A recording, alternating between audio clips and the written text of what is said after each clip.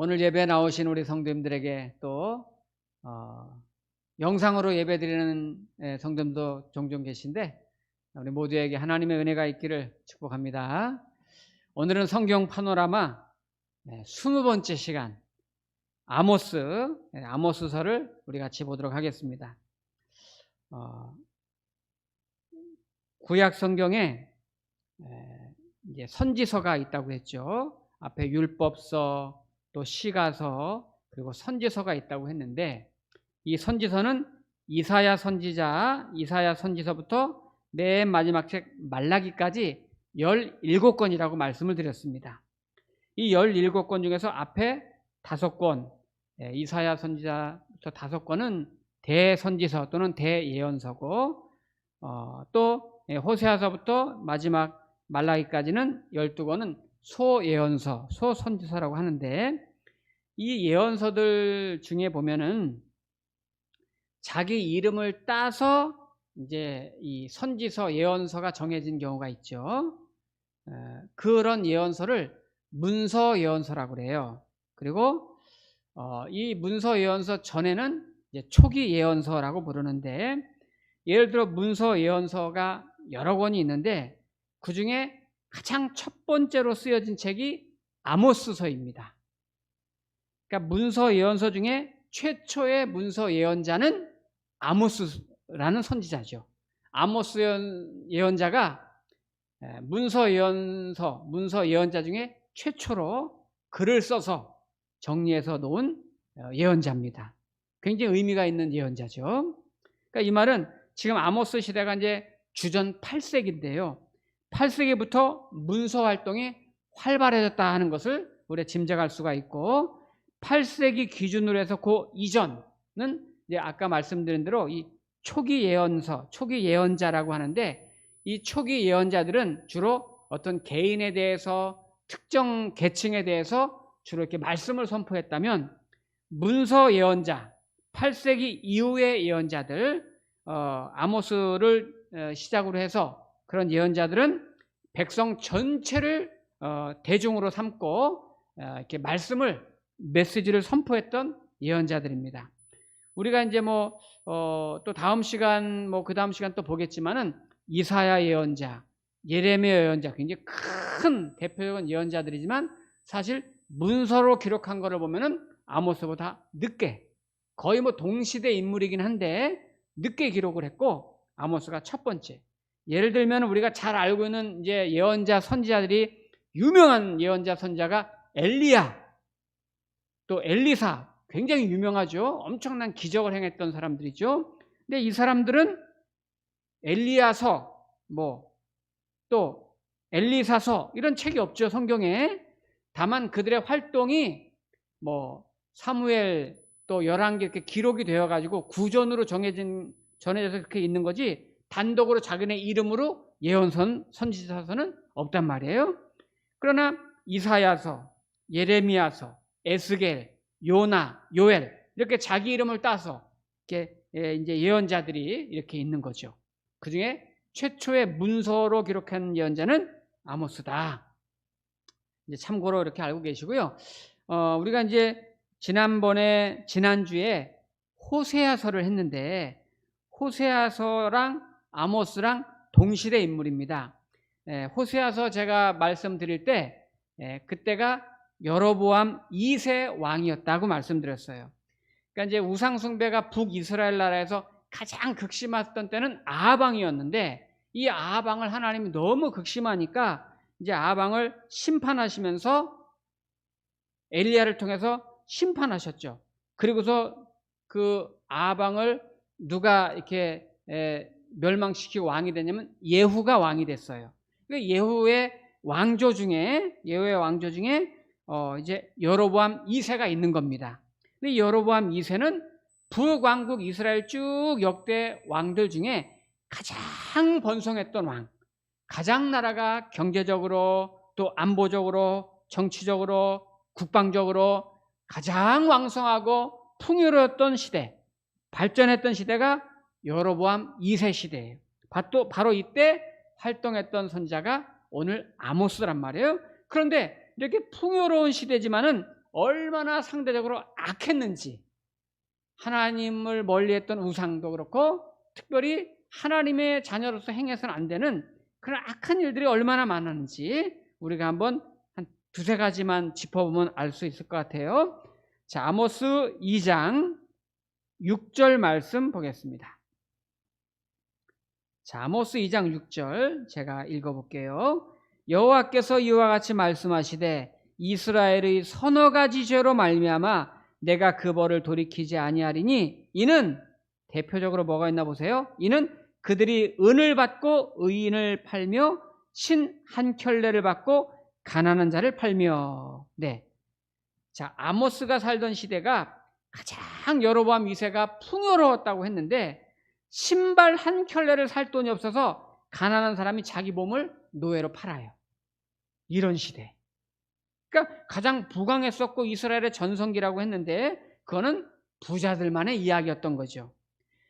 대부분 가난한 서민들은 신발 한 켤레를 사지 못해서 그 값을 치르기 위해서 자기가 노예로 팔려가는 이런 불평등이 만연한 시대였단 말이에요.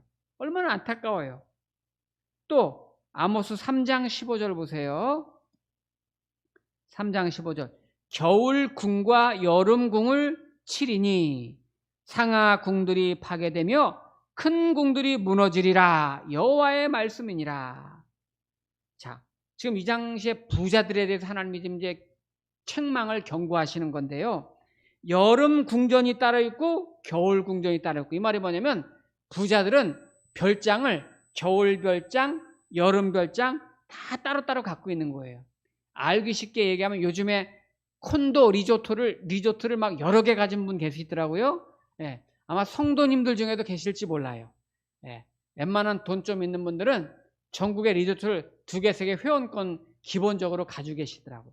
저도 이렇게 이제 장로님들하고 이제 노회 총회 가서 만나다 보면 어느 장로님들은 뭐 속초에도 내 리조트가, 또 제주도에도 리조트가 있고 회원권이 있는, 그래서 몇 개씩 가지고 계신 장로님들이 계시단 말이에요. 그거하고는 조금 다르긴 하지만 이해를 돕기 위해서 그런 식으로 부자들은 궁을 따로따로 몇 개씩 지어놓고 있었어요. 이것이 주전 8세기에 부유층, 특권층들이 그렇게 떵떵거리고 살았단 말이에요. 그런데 상대적으로 말씀드린 대로 가난한 사람들은 신발 한 켤레도 사서 신을 수가 없고 얼마나 어려운지 생활을 유지하기 위해서 자기 몸을 노예로 팔려가야 생활을 근근히 유지하는 그런 서민들이 많았단 말이에요. 우리 성도님들이 하나님이 지금 아모스 시대에 이런 사람들을 책망하는데 다 유대 백성들, 하나님을 믿는다 하는 백성들이었거든요. 우리 성도님들이 기억할 거는 하나님 우리에게 주신 것이 너무나 많습니다. 생명도 주셨고 건강도 주셨고 물질도 주시고 재능도 주시고 실력도 주시고 어느 정도 권세 있는 자리, 권위 있는 자리 주신 분도 계십니다. 그럼 그거를 우리를 축복하셔서 나에게 주셨는데 그 주신 것을 내가 만용을 부리면서 나 잘 살고 나 떵떵거리고 나만을 위해서 살아가는 건 하나님의 은혜와 목적을 전혀 모르는 사람이에요. 하나님은 나를 통해서 하나님의 귀한 일을 하기 원하신단 말이에요.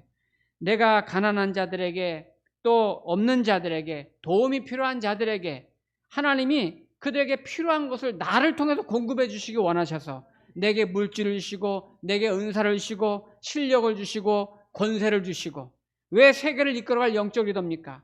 우리 성도님들이, 자녀들이 이 우리나라 곳곳에 지도층에 들어가서 그 있는 자리에서 도움이 필요한 곳에 선한 일을 하도록 하기 위한 거 아니겠어요? 하나님의 마음으로 하나님이 내게 주신 그런 많은 은혜와 그 은사들을 그렇게 주님의 마음으로 그 도와주고 나눠주고 베풀어주고 이런 데 써야 되는데 지금 여로보암 시대에는 전혀 그러지 못했단 말이에요. 있는 것들을 자기만을 위해서, 여러분 상하로 집을 지었다. 지금도 아프리카의 이 상하를 밀수하는 유럽의 사람들이 적지 않다 그러죠. 예, 상하를 막 밀수를 한대. 그 불법으로 막 수입을 하는 거죠. 그 가격이 엄청나게 비싸대요. 이 시대에도 상하로 그렇게 집을 짓는데 세상에 이 아모스 시대에도 그렇게 상하로 집을 짓다니 하나님의 마음이 얼마나 안타깝겠어요. 부익부 빈익빈, 엄청난 거죠. 그러니까 여기저기 백성들이 우는 소리가 들리는 거예요. 이것이 어떻게 하나님의 나라냐? 하나님을 섬기는 백성은 어떻게 이럴 수 있느냐? 안 되겠다. 그래서 하나님이 아모스를 콜하십니다. 자, 아모스 1장 보겠습니다. 1장 2절에 보니까 그가 이르되 여호와께서 시온에서부터 부르짖으며 예루살렘에서부터 소리를 내시리니 목자의 초장이 마르고 갈매산 꼭대기가 마르리로다. 네, 지금 1절에서 아모스를 막 부르시는 내용이 나오면서 2절에 표현하는데 얼마나 하나님 마음이 다급하신지 갈멜산 꼭대기가 마를 정도로 하나님 마음에 바짝바짝 타고 있다는 거예요. 너희들 이렇게 살면 안 된다. 이 백성들을 돌봐야 된다. 하나님 말씀 들어야 된다. 그 마음이 바짝바짝 타들어가요. 그래서 아모스를 부르시는 거예요. 자, 오늘 세 가지 주제를 정했는데 첫 번째 주제, 하나님께서 이 시대에 나를 부르십니다. 네, 하나님께서 이 시대에 나를 부르십니다. 왜 나를 부르셨나? 우리가 한번 볼까요? 아모스가 어떤 사람인가를 보면 우리가 알 수 있어요. 자, 아모스가 원래 어떤 사람인가? 저 뒷부분에 힌트가 나오는데 아모스 7장을 가보겠습니다.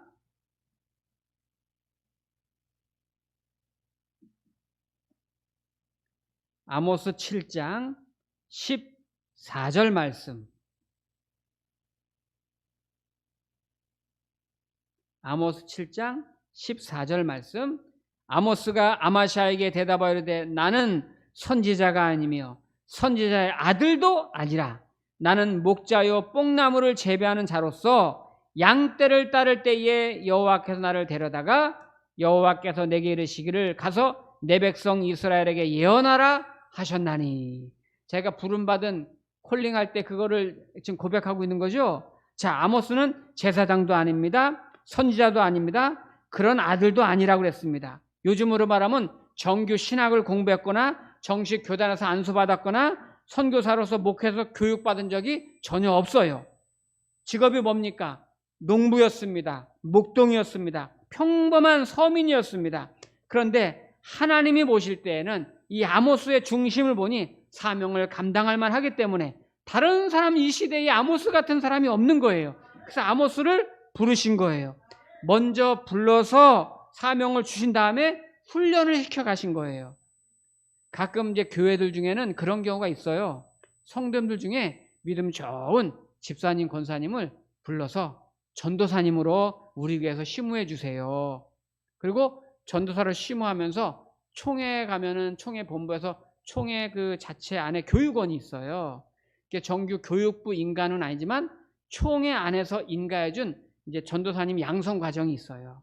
그래서 그런 데서 2년, 3년 이렇게 교육받게 하고 개교회 출신 집사님, 권사님을 그 교회에서 전도사님으로 이렇게 섬길 수 있도록 하는 그런 제도가 우리 교단, 우리나라에는 한국 교회는 있거든요. 그런 식으로 하나님이 아모스를 전혀 신학을 하지 않았지만 너 먼저 주님의 일꾼으로 섬겨라 하면서 말씀을 주님이 가르치는 거죠. 여러분, 이 당시에 제사장이 얼마나 많았겠습니까? 그런데 그런 제사장을 다 제쳐버리고 하나님이 목동, 농부, 시골 출신 서민을 부르신 거예요. 아모스의 겸손함과 진실함과 특히 아모스의 순종을 보고 부르신 거예요. 어려운 시대를 우리가 살면서 이 일은 내가 할 수 없어. 이 일은 목사님이 하는 거야. 이 일은 장로님들 하는 거야. 이거는 누구 능력 있는 사람이 해야지. 이거는 할 만한 권사님이 해야지. 여러분, 교회 안에서 가끔 그런 분들 계세요. 나는 뭐 이제 교회 나온 지 얼마 안 되고 나는 교회 나왔을 이건 나랑 관계없고 나는 이거 못하니까 원망불평하면서 핑계대면서 자기하고 상관없고 이거는 저분이 하셔야 돼. 이거는 저 권사님이 해야 돼. 이런 분들이 종종 계시죠. 그러나 하나님은 그렇지 않아요. 하나님 이 시대에 그 일을 위해서 나를 부르신단 말이에요. 나를.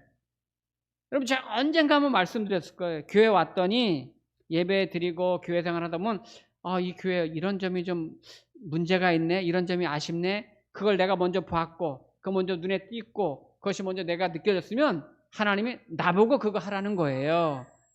이 교회는 왜 이렇게 지저분해? 나보고 청소하라는 거예요. 우리가 그런 일들을 보면서 원망불평하는 교인들이 종종 있습니다. 원망불평할 게 아니고 다른 사람은 못 보는데 나보고 그거를 보게 하시고 나보고 그런 말 듣게 하시고 나보고 그걸 깨닫게 하신 것은 하나님이 나를 그 일로 쓰시기를 원하시는 거예요. 그리고 그 일을 감당할 때 감당할 만한 실력과 재력과 능력을 내게 주시는 거죠. 이게 신앙의 원리인 거죠. 또 가끔 그런 분들 계세요. 이렇게 설교를 듣다가 야, 오늘 말씀은 우리 남편이 와서 들으면 좋을 텐데 오늘 말씀은 누구누구 집사님이 와서 들으면 좋을 텐데 아닙니다, 여러분. 그 사람이 와서 들을 거 좋을 것 같으면 하나님은 그 사람을 인도하셨을 거예요. 하나님이 그 사람을 부르지 않고 오늘 이 자리에 나를 부르신 것은 내가 이 말씀을 듣기 원하셔서 나를 부르신 거예요. 내가 이 말씀을 들으면 나는 감당할 만하니까 내가 이 일을 위해서 필요하니까 나를 이 말씀의 자리에 부르신 거예요. 정말 그 사람이 필요하다면 하나님이 그 사람을 어떻게 해서든지 수요예배 이 시간에 교회당에 오게 하셨을 거예요. 그러나 그 사람이 아니라 나를 부르신 것은 내게 이 직분 주신 것은 내게 그걸 느끼게 하시고 보게 하시고 듣게 하신 것은 그 일을 위해서 내가 필요해서 내가 감당할 만하니까 감당하면 복 주시니까 하나님께 나를 부르시고 다른 사람이 아니라 나를 부르신 것을 믿으시기 바랍니다. 아모스서를 읽으면 참 아모스는 대단한 것 같아요. 부름받자마자 막 힘있게 주의 복음을 강하게 전하거든요. 마치 신약 성경의 세례 요한처럼 날카롭게 이 하나님 말씀을 전해요. 그는 농부 출신이고 목동입니다. 사실 하나님이 너 이 시대에 이 어려운 시대에 말씀을 전하고 했을 때 쉬웠을까요? 쉽지 않았을 겁니다. 훈련 받은 사람일지라도 쉽지 않은 그런 시대적 배경을 가졌는데 농부이고 목동인데 선지자로 예언자로 부르짖을 때 얼마나 당황했겠어요. 농사 짓던 사람이 아우 저는 못합니다. 순종이 어려웠을 거예요. 그런데 아모스는 순종했습니다. 이게 아모스의 가장 놀라운 점이에요. 아모스 읽다가 어릴 때 그 교회에서 놀다가 배운 게임이 생각났어요. 여러분 그 가라사대 게임 아세요? 가라사대. 하나님이 가라사대 하면은 그대로 순종해야 돼요. 근데 말하다가 하나님이 가라사대라는 말 안 하면 그 따라 하면 안 돼. 예를 들어서 하나님이 가라사대 오른손 올리세요. 하나님이 오른손 내리세요. 하나님이 가라사대 왼손 올리세요. 왼손 내리세요. 그냥 내리면 안 돼요. 가라사대 말 안 하면 내리면 안 돼요. 근데 이거에 많이 틀려요. 예. 그냥 사회자가 말하다가 어쩌다 가라사대 살짝 빼면은 뺀지도 모르고 그냥 다 걸려 들어가요, 거기. 그래서 뭐 한 10명이 하다 보면 한두 명 빼놓고는 거의 그냥 막 다 그냥 거의 걸리죠. 너무 자연스럽게 하니까. 그래서 여기에 내가 안 걸려들려면 집중을 해야 돼요. 정신 바짝 차리고 가라사대 말에 헷갈리지 않게 집중을 해야 돼요. 지금 한번 해볼까요? 이 아모스는 평소에 하나님 말씀에 굉장히 집중하고 순종하는 훈련이 되었던 거예요. 여러분, 믿음은 순종으로 나타나는 겁니다. 순종이 믿음인 거예요. 여러 가지 내 사정과 내 형편 생각하면 사실 순종하기 어려운 게 얼마나 많아요. 우리가 교회 생활하면서 봉사하고 섬기다 보면은 순종한다는 게 쉽지 않아요. 왜냐하면 우리가 벌써 이 중년의 나이가 넘어가면 자기 철학이 있고 자기 생각이 있고 자기 고정관념이 있고 다 자기의 형편이 있고 사정이 다 있어요. 그래서 교회에서 뭐 좀 해라, 뭐 섬겨라, 이렇게 같이 하자 이렇게 할 때 순종하는 거 쉽지 않아요. 왜냐하면 다 자기 형편이 있기 때문에. 그런데 그럼에도 불구하고 순종할 때 그게 믿음인 거죠. 근데 그게 쉽지 않아요. 우리 성도님들 중에 나는 순종 잘한다 생각하지만 결정적인 순간에 순종 안 하는 분들이 많아요. 그러면 순종 안 하는 거예요. 왜 그래요? 그럼에도 불구하고 순종해야지 그게 순종인 거죠. 내가 형편 사정 봐서 순종할 만하면 하는 거, 그거는 순종이라고 말하는 게 아니라 누구나 다 하는 거예요. 왜냐면 내 형편과 사정이나 이런 것들이 되니까 하는 거니까. 오늘 여기 아모스는 그런 걸 다 덮은 사람이에요. 저는 아모스를 보고서 굉장히 놀란 거죠. 그래서 하나님이 이 아모스를 귀하게 쓰십니다. 자, 나를 부르셨다는 것에 확신을 갖고 있던 사람이죠. 두 번째, 아모스를 통해 두 번째 만나는 것은 하나님을 찾아야 우리가 살 수 있습니다. 네, 하나님을 찾아야 살 수 있습니다. 자, 한번 볼까요? 아모스 5장 4절 말씀.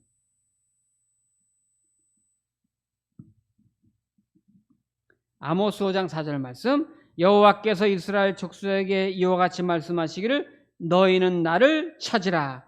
그리하면 살리라. 자, 6절, 5장 6절. 너희는 여호와를 찾으라. 그리하면 살리라. 그렇지 않으면 그가 불같이 요셉의 집에 임하여 멸하시리니 베델에서 그 불들을 끌 자가 없으리라. 지금 반복적으로 하나님이 여호와를 찾으라. 그리하면 살리라. 여호와를 찾으라. 그리하면 살리라. 자, 이 말이 무슨 말이냐면요. 여호와를 찾으라, 살리라 이 말은 여호와의 말씀에 내가 붙어 있어라 그 말이에요. 여호와의 말씀에 붙어 있어라. 어떤 위기가 있고 어려움이 있어도 별별 세상에 그런 혼란한 일이 있어도 하나님 말씀에 붙어 있으면 사는 거예요. 지금 우리 위기의 시대고 제가 주일마다 말씀을 드리지만 별별 세상에 많은 인터넷뿐이 아니라 문화 자체가 우리를 넘어지게 하는 게 너무 많잖아요. 그런 홍수에 있어도 내가 하나님께 붙어 있으면, 말씀에 붙어 있으면 그러면 사는 거예요. 붙어 있지 못하게 많지만 붙어 있으면. 이렇게 오늘 수요일 저녁 예배도 우리가 못 나올 유혹이 많지만 붙어 있으면 그럼 내가 사는 거예요. 붙어 있기 힘든 일이 많지만 그럼에도 불구하고 여호와께, 하나님께, 말씀에 붙어 있으면, 미국에서 지금 미국 역사에서 가장 어려운 때가 1930년대인가 경제 대공황이라고 우리 이제 경제학 시간에 다 배우잖아요. 이 세계의 공황의 시대였죠. 그때는 경제 대공황이 가장 어려운 때였는데 그때에 그 무렵에 9 자녀를 둔 9 남매를 둔 이 어머니가 이제 계셨는데 아이들이 막 9 낳고 막 아이들이 잘 커갈 나이에 남편이 돌아가셨어요. 국가적으로 경제적으로 너무 어려운 때였기 때문에 혼자서 나가서 일해서 9을 키울 수가 없었어요. 그래서 아이들 다 모았어요. 9을 그런 모아놓고 얘들아 엄마가 미안하다 하면서 막 우는 거예요. 아이들이 어리둥절해가지고 왜 그러냐고 다 그래요. 엄마가 죄인이야. 잘못했다. 너희들 이렇게 9을 낳았는데 첫째, 둘째, 셋째, 넷째 이렇게 4명은 좀 컸으니까 너희들을 다른 집으로 입양을 보내고 다른 보육원으로 보내야 되겠구나. 나머지는 너무 어리니까 엄마가 키우고 4명은 입양하는 거를 용서해 달라고 그렇게 아이들한테 말해요. 그런데 그 아이들이 전부 다 막 엄마 잘못했어요. 엄마 말 잘 들을게요. 잘못했어요. 우리 버리지 마세요. 다 우는 거예요. 엄마가 버리고 싶어서 버리는 게 아니잖아요. 너희 4명 보내도 5을 또 키워야 돼. 그래도 이 아이들이 막 엉엉 우는 거예요. 엄마가 하루 종일 울면서 아이들 달래고 울고 그러다가 하루 종일 울다가 그날 밤에 아이들을 다시 모아서 그런 거예요. 미안하다. 엄마가 잘못했다. 엄마가 앞으로 죽더라도 너희들 다 키울게. 엄마가 다 죽더라도 절대 입양 보내지 않고 보육원 보내지 않고 다 키워줄게. 그 대신에 한 가지 약속이 있다. 엄마의 힘으로는 도저히 키울 수가 없어. 그래서 하나님 아버지를 의지해야 돼. 그래서 오늘부터 매일같이 예배를 드릴 거야. 너희가 그 예배를 평생 빠지지 않고 참석하기로 약속한다면 엄마가 너희를 버리지 않고 키울 거야. 그러니까 아이들이 전부 약속할게요. 그 엄마가 그래. 그러면 엄마의 힘으로는 키울 수 없지만 우리 하나님 아버지의 힘으로는 키울 수 있으니 너희가 그렇게 예배드리기로 약속했으니까 말씀 붙들고 예배 붙들고 기도하며 살자 하고서 그 어려운 때를 정말 어려운 때였는데 그때 이 9 자녀들을 다 키워서 믿음으로 키워서 아주 영향력 있는 리더들로 키웠는데 그 중에 한 사람이 누구냐면은 D.L. 무디 목사님이라고 전 세계적으로 가장 유명한 그 부흥사죠. 10만 명의 영혼을 구원하고 D.L. 대학교를 세우고 D.L. 교회를 세우고 D.L. 무디 신학교를 세워서 대학을 세워서 많은 영혼을 구원하고 전국의 곳곳에 많은 교회를 세운 아주 유명한 세계적인 부흥사가 그 어머니로부터 자라게 된 거죠. 여러분, 우리가 돈이 없어서 망하는 게 아니고 돈이 있다고 잘 사는 거 아니고 건강이 있다고 잘 사는 거고 건강이 없다고 망하는 거 아니에요. 여러분, 우리가 말씀에 붙어 있지 않으면, 하나님께 붙어 있지 않으면 그건 죽는 거예요. 여러분, 말씀을 떠나면, 물고기가 물을 떠나면 죽는 거예요. 물 안에 있으면 살 수 있습니다. 아무리 어렵고 힘들어도 하나님을 찾으면, 하나님께 붙어 있으면, 말씀에 붙어 있으면 사는 줄로 믿습니다. 이사야 55장에서 여호와를 만날 만한 때에 찾으라, 가까이 계실 때에 부르라, 여호와를 부르짖으라, 그러면 응답하겠고 내가 너를 영화롭게 하리라. 이런 약속을 믿으시기 바랍니다. 자, 우리 마지막 세 번째 메시지는 뭐냐? 하나님의 정의와 공의가 흐르게 해야 합니다. 네, 하나님의 정의와 공의가 흐르게 해야 합니다. 자, 오늘 우리가 주제 말씀으로 읽었던 아모스 5장 24절 말씀 보겠습니다. 아모스 5장 24절 말씀. 자, 우리 주제 말씀인데 다 같이 읽겠습니다. 시작. 오직 정의를 물같이 공의를 마르지 않는 강같이 흐르게 할지어다. 아멘. 네, 하나님의 정의, 하나님의 공의를 물같이 강같이 흐르게 하라 그러는데, 그럼 하나님의 그 공의, 하나님의 정의는 어디에서 나와서 우리가 그거를 물같이 강같이 이 세상에 흐르게 할까요? 이것은 하나님의 공의, 하나님의 정의는 하나님의 말씀으로부터 나오는 거예요. 내가 하나님 말씀으로 충만하게 그 말씀으로 임해 있을 때 그 말씀으로 우리가 세상을 정의롭게 공의롭게 강물처럼 흐르게 할 수 있는 거죠. 제가 어렸을 때 목욕을 할 때는, 제가 어릴 때는 지금 기억에 목욕을 집에서 할 때가 많았어요. 집에서 저희 이제 엄마가 큰 다라 같은 데다 물을 받아가지고 거기다가 딱 앉혀놓고 막 떼뱉긴다고 막 이러면서 그런 기억이 있어요. 네. 근데 이제 가끔은 저희 아버지가 집에서만 그렇게 하면은 안 된다. 그래서 이제 저희 아빠가 가끔씩 이제 공중 목욕탕을 이제 데리고 이제 갈 때가 있어요. 근데 언젠가 기억에 공중 목욕탕을 갔더니 이제 그 넓은 데에 풍덩 들어가니까 얼마나 좋아요. 근데 그 공중 목욕탕 안에 어느 날 보니까, 좀 미안한 말씀이지만, 때를 벗긴 때가 동동동동 떠 있는 게 막 보이는 거예요. 거기 많이. 안 좋은 거예요. 그래서 아빠, 여기 뭐야 막 이랬더니 저희 아버지가 잠깐만 기다려라. 그러니 뜨거운 물 잠으로 확 그냥 최대한 틀어가니까 철철철철철 넘쳐서 그냥 그 위에 막 물이 막 넘쳐나면서 쭉쭉 그냥 이 때가 다 밀려 빠져나가더라고요. 여러분, 이 세상에 죄악이 관영하고 불의와 악행이 넘쳐나는 이 시대에 우리가 이런 것들을 어떻게 하나 그래서 뭐 핀셋으로 그냥 하나씩 찝어내듯이 그렇게 해서는 절대 바뀌지 않지요. 우리의 마음 가운데, 우리의 영혼에 하나님의 공의의 말씀, 하나님의 정의의 말씀이 충만하게 임할 때, 폭포수와 같이 임할 때, 그 은혜와 말씀이 막 넘쳐 흐를 때, 내가 가는 곳마다 그 공의의 말씀, 정의의 말씀이 영향력을 끼치게 된단 말이에요. 내 안에 하나님의 말씀이 넘치게 될 때 그 말씀이 전파가 되고 선포가 되고 삶으로 드러나게 되는 거죠.